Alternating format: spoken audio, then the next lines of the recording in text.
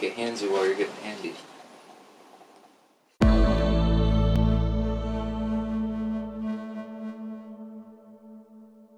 So what are we doing? We're going to go over our top 3 picks for video games, and boy, I hope this sparks some conversation, because I feel like in the comment section there's going to be like, oh, blah, blah, blah, blah, blah, what about this, this, and this? Like it always is. Yeah. I mean, video games especially, it's like, woo, people are opinionated. Yeah. So we're going to go over our 3 honorable mentions, and then dive into the 3 picks that are closest to us. Well, unfortunately, too, I think a lot of the picks aren't going to be nostalgia-based. They're just going to be straight up, these are the best games I've played. For more, like, technical, not necessarily technical, but more tactile reasons than, like, just pure emotion. Right, because we could include games like GoldenEye and whatever else in there. Yeah. From when I was a kid. God, I love that game. GoldenEye was great. That was a good one. So why don't you start off with your 3 honorable mentions?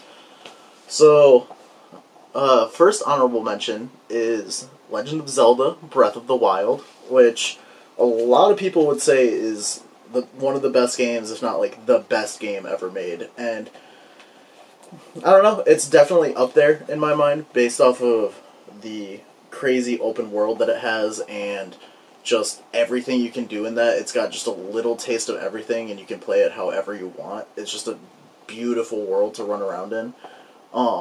But it didn't make my top 3, mostly because, so we said there's no nostalgia base.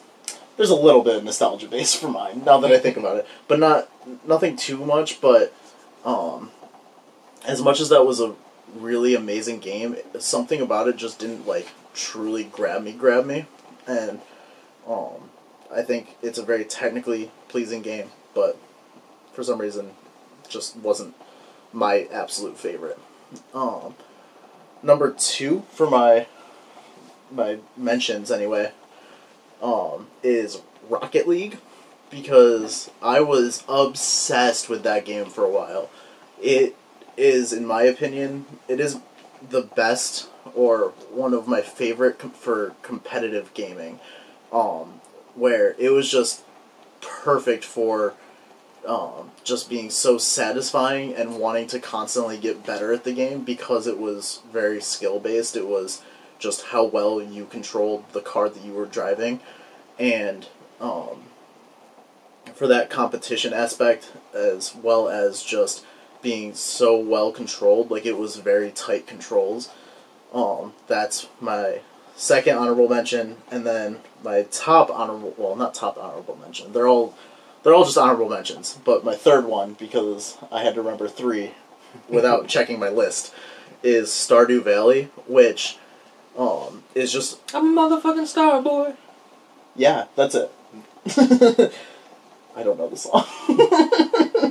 It's The Weeknd, Adam. Oh, is it? Okay, I love The Weeknd. Yeah. I just don't know the song. Okay. Alright. Stardew Valley, because as far as, like, I don't know what category to put that game. It's, like, I mean, I know it's similar to, like, Harvest Moon and stuff like that. It's, you literally are just farming. You're just farming. Just tilling the land. But, it's one of the most engrossing games to just, like, put yourself in the world and just, like, stay there for hours. Like, I got so wrapped up in that game, and it was such a good escape and just pleasant, like, pleasing game to play. It was very calm, relaxing game to play.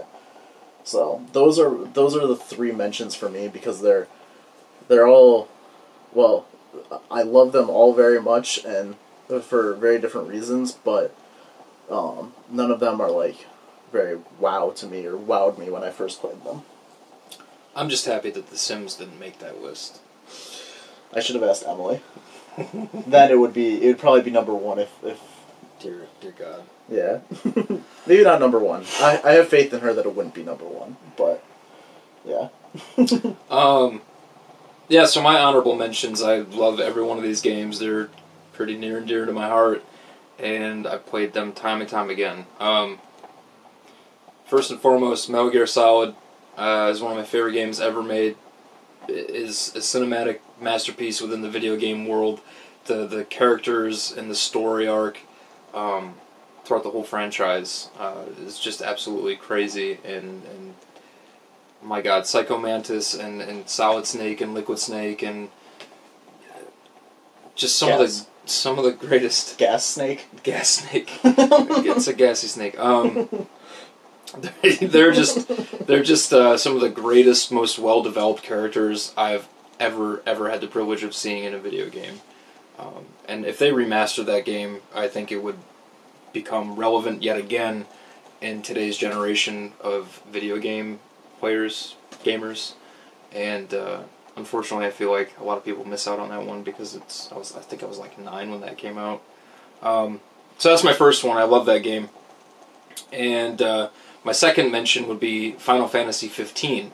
I could have gone with 7, but 15 is real creamy. Was 15 the most recent one? Yes. Okay, it was very pretty. I haven't played a single Final Fantasy. Well, the thing I like about that's blasphemous. I know. But I can't call myself a gamer. I don't know why I dare to.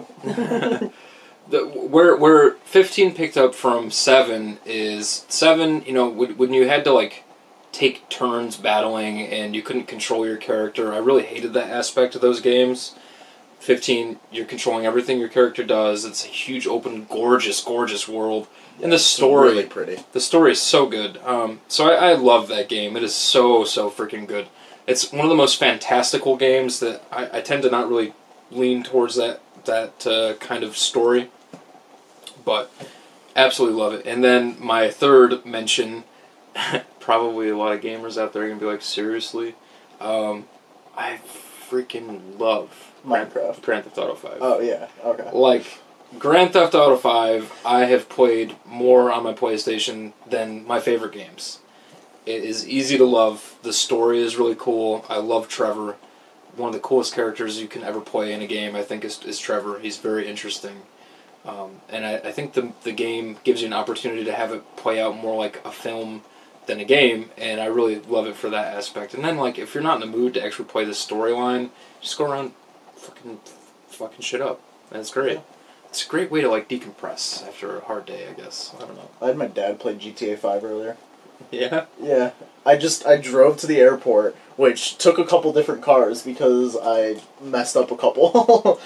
I jumped the fence and found a plane, put myself in a plane, got in the air, and then handed him the controller so he could fly a little bit.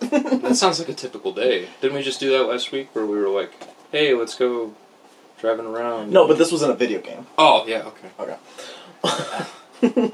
So starting off our actual top 3 picks. Am I starting? Yep, well, number 3. Crap, what's on? Okay. I'm bad at remembering lists. So number 3 for me is the game Child of Light, which I don't know if many people played. It was kind of a weird indie game-ish.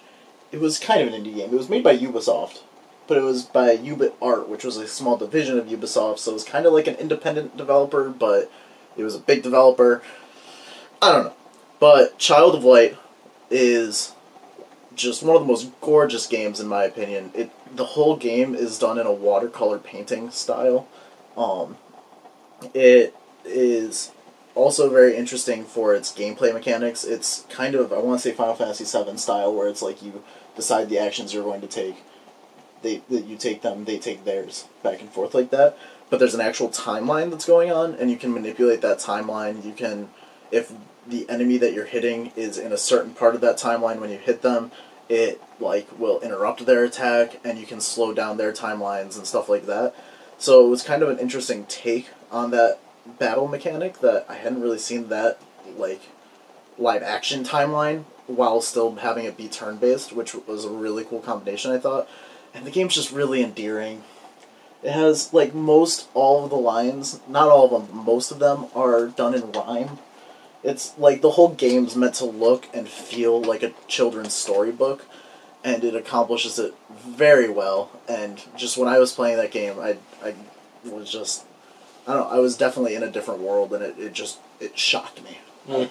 It came out of nowhere in my mind, and I started playing it, and I was just like, wow, this is not what I expected, and man, am I glad.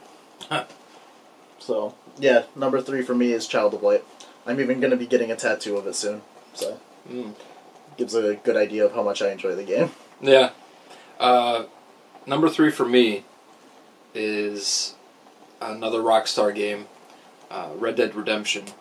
It is one of my favorite stories ever, ever, ever. I'm a huge fan of westerns. Like, I love, The Good, the Bad, the Ugly. And John, the main character in this game, you're just rooting for him the whole time, even though he's kind of a bad guy, but he has these morals, and it's very poetic in that sense, too, that it's a bad man who is on a path of redemption. It's a bad man. And he just wants to get back to his family, and the ending of that game broke my fucking heart. Like, it was insane what they did. I did not see that coming. I absolutely love the story and the character's arc, and it just plays so well. The mechanics of it, it's very easy to get along with, and it's just so cool living in like a different world. It's in the Old West, and getting like a little glimpse of what that life might have been like when we're never going to experience that. It was just really, really cool, in my opinion. So. And the second one's coming out soon. It is. I'm super excited for it. Yeah. Especially because it's going to be kind of a culmination of that, plus the engine and mechanics of GTA 5. Yep. It's going to be pretty great. So number 2 on my list, I almost feel bad about. Like, I'm like regretful saying this. But go figure, it's everyone's one and only Minecraft. I've never played Minecraft. That's okay. I could never... Did you ever play with Legos? Yeah, I loved Legos when I was a kid. It's the stupidest comparison, but it's also one of the most accurate comparisons in the world. Fair enough. Yeah, no, Minecraft for me, I never played with Legos as a kid. I kind of, wasn't allowed to. That's not the right way to put it, but my brother played with Legos, and if I touched his Legos, I would have been in a world of hurt. So... Minecraft, like, I never had that experience, and then when Minecraft came out, I started playing it early on, and, like, I think I played it in its alpha at one point, back when it was still kind of, or maybe it was early beta, where it was still, like, barely a game, almost, where, like, you had, like, just the 8 blocks, and that's all you could play with. And then it's just taken off from there, and obviously it's taken off commercially as well, and has been huge, huge success. Probably, you might be able to argue one of, if not the most successful game ever made. Yeah. But me and my friends have just spent, or my friends and I, have just spent, like, countless hours in that game. And for me, it's, I love the base game and playing survival and stuff like that. It's a fun little way to play. But for me, it's been the creative mode aspect, where you can literally just build whatever you want and just spend hours just building a castle, or, like... I built a wizard tower once. But, like, legitimately, it's like, there was a time where we'd have people over and we'd be like, oh, you gotta see our Minecraft world, because we were those kids. And, but, like, it was something we became very proud of, because it was very creative, and something that we were proud of, basically our art in this game. And, I don't know, to be able to have that feeling of, like, it's all virtual, whatever, but it was something we created, and it was there, and we could be proud of it, and to have that, virtual or not, is such an amazing feeling that I don't care what, how you achieve it, to get that feeling is worth the world, so, it's worth the world, the Minecraft world. Anyways, so you're number 2. My number 2 is, oh my god, what a roller coaster of emotions this game is. A cinematic masterpiece too. Like, cinematically, it could be viewed as a movie, and the mechanics are great in this game, and the characters, oh my god. The Last of Us. Alright, I was gonna try to guess it. It's so good. If you haven't checked out The Last of Us, you absolutely have to. Obviously in the story, there's a virus that breaks out, and there's like these zombie-like creatures, whatever. But it's not about that. It's about this relationship between Joel and Ellie, and how they grow and learn to love each other and how bad people can be. Like, it's more about the enemies in this game are more about the people than they are these, fungus infected, brainless zombie. Zombie. Yeah. Zombie. Creatures. Zombie. Zombie.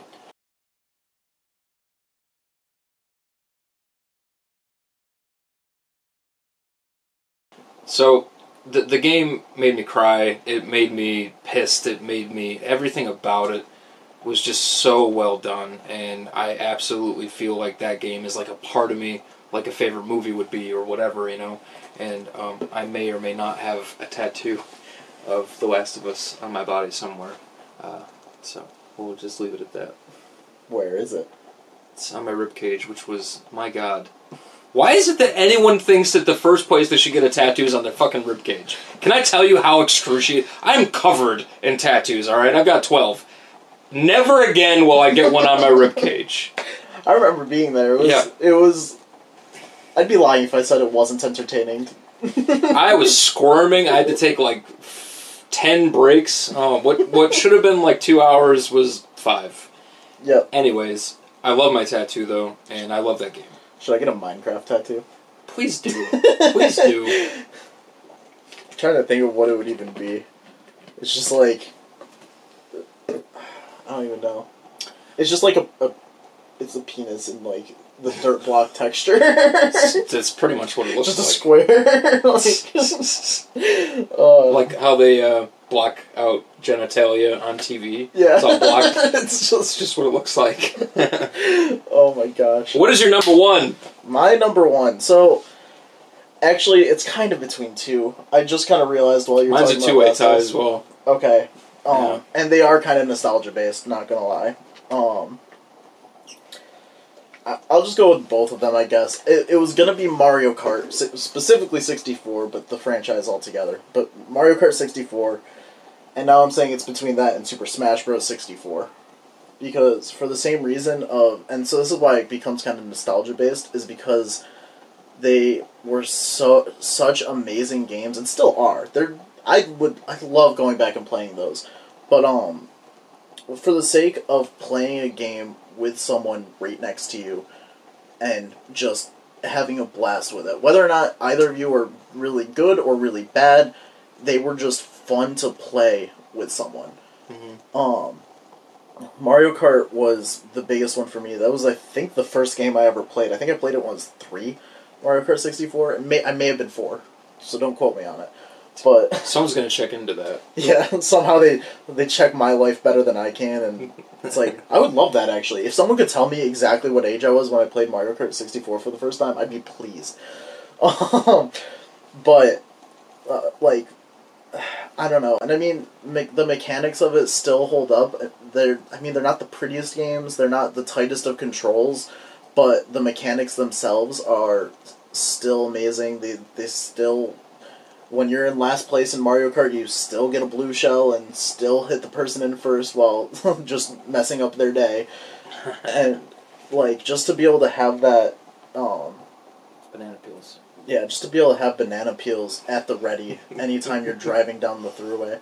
No, but just to be, to have that time to spend playing a game with someone next to you, and I think that those are the best ones in my experience for it, and just kind of that, I remember playing countless hours with people of those, that feeling can't be beat in my mind, and it's kind of sad that it's gone at this point. It's not gone, but it's worked its way out pretty well. And so, it's my top. You could say it's, tell me all you want that it's completely nostalgia-based. You're probably partially right, but a lot of it's just the fact that I think mechanically it's still very solid, and the fact that you can't beat the experience that those give for couch co-op, you could call it. Yeah, bonding with friends. Yep. Yeah, you're never gonna guess my number one. Is it? It's Wii Golf, actually. Wii Golf. Oh, you know what? Wii Sports should have been my top one. The boxing. Bang, bang. No, let me guess. Is it... Ooh. territory Mortal Kombat lands.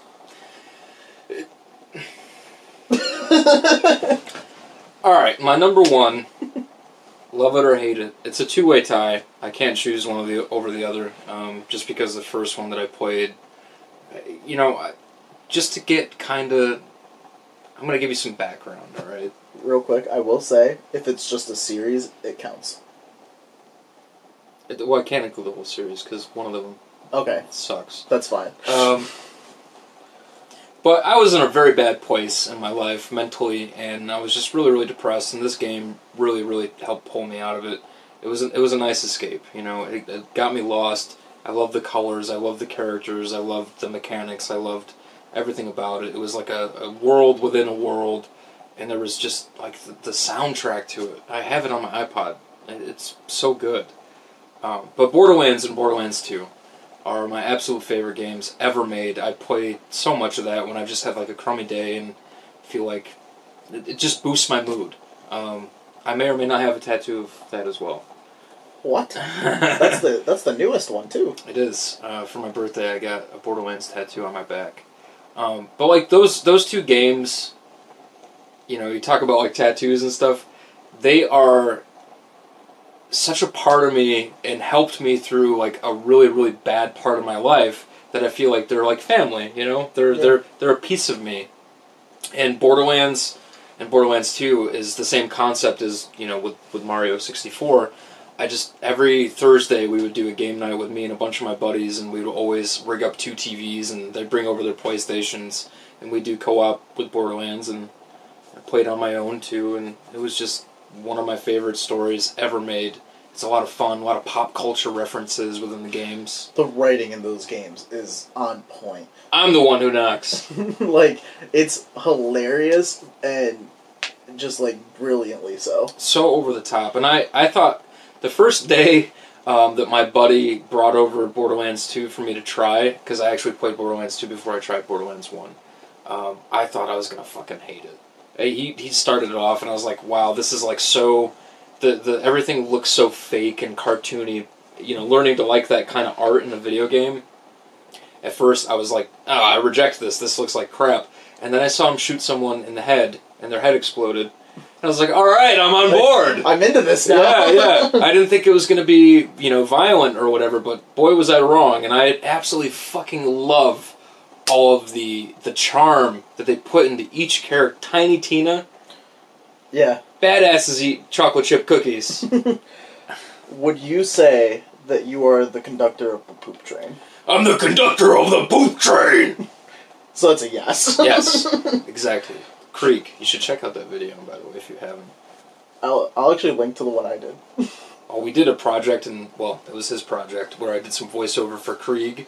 Yeah, I had to redo the entire audio for, like, something, and so I chose the character trailer for Krieg when he was coming out, and so I redid the whole 4.5 minute trailer and redid, like, basically it was a muted track from the beginning, and I put in every sound effect and the background soundtrack, and then had Tim do the voiceover for Krieg, and it is entertaining. It was a lot of fun. Yeah.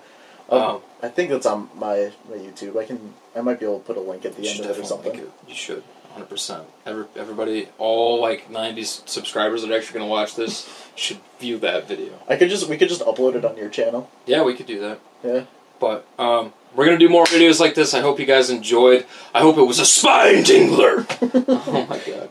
Oh god. I'm gonna flashbacks.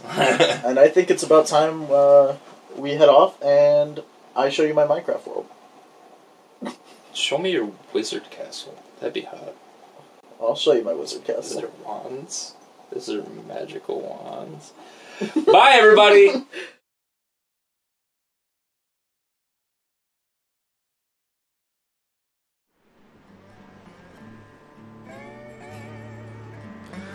I don't know the dead man. Probably didn't deserve what he got. Doesn't make him special, though. All kinds of people die out here. The innocent, and the not-so-innocent. If I'm lucky, he hasn't noticed me yet. I want to warn him. I I want to tell him to run, to hide, get out of sight, so I won't have to kill him. That's what I want to say. What actually comes out of my mouth is, I have the shiniest meat bicycle!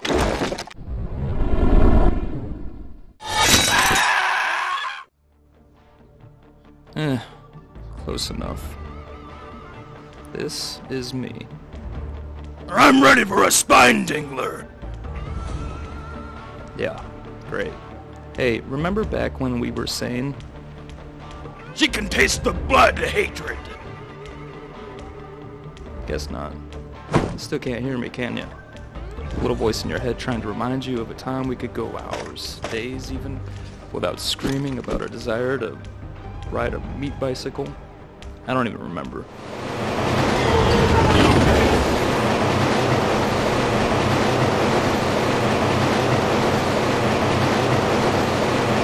Oh god. She's armed with a Meliwan SMG. She's a Vault Hunter. She's a Siren Warrior who can kill me with her brain. What the hell? Is that a psycho? She's the most beautiful woman I've ever seen. Tell her she's gorgeous as 1,000 sunsets. Tell her you need her help. Tell her to rescue you and care for you, and whatever you do, do not scream the word poop at the top of your lungs. I'm the conductor of the poop train! It's over, idiot. You're gonna die here and now, and the last words out of your mouth would have been poop train. Oh great, now the rats are arriving. Turn around, Siren. Turn around, or you're dead. Tell her to look back now. Strip the flesh! No, listen to me. Salt the wound! So, all the wounds later, but right now, you don't listen to me. She's gonna die, and it's gonna be your fault. Turn around, pretty lady!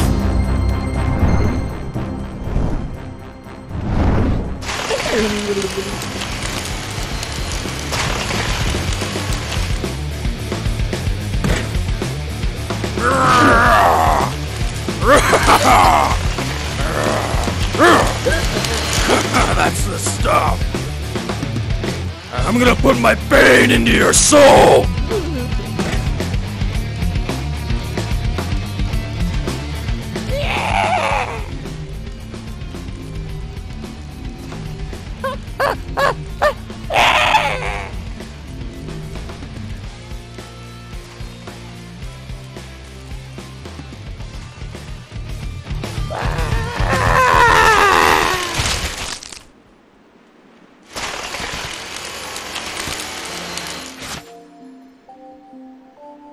Now tell her thank you. Tell her that because of her, we might actually one day be able to act like a normal person again. I powdered my cockatiel for the ribcage slaughter.